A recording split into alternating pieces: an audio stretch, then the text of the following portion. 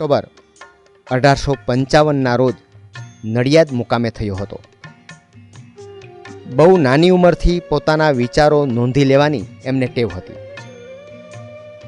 અનેક પ્રતિકૂળતા વચ્ચે LLB થઈ વકીલાત શરૂ કરી અને વકીલાતમાંથી નિવૃત્તિ લીધી.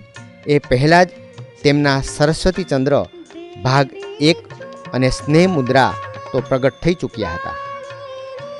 ઉપરાંત નવલરામ જીવનકથા, દયારામનો અક્ષરદેહ તેમજ અનેક લેખો પણ આપ્યા. પરંતુ તેમના સૌ સર્જનોમાં તેમનું સબળ અને શ્રેષ્ઠ સર્જન તો મહાનવલ સરસ્વતીચંદ્ર જ છે.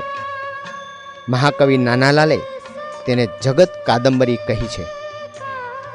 ગુણસુંદરી જેવું ગુણિયલ પાત્ર સર્જીને તો ગોવર્ધન રામે ગુર્જર નારીનું ગૌરવ વધાર્યું છે.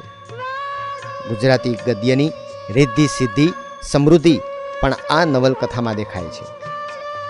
ગુજરાતી સાહિત્ય પરિષદના પ્રથમ પ્રમુખ તરીકે તેઓ જ પસંદગી પામ્યા હતા.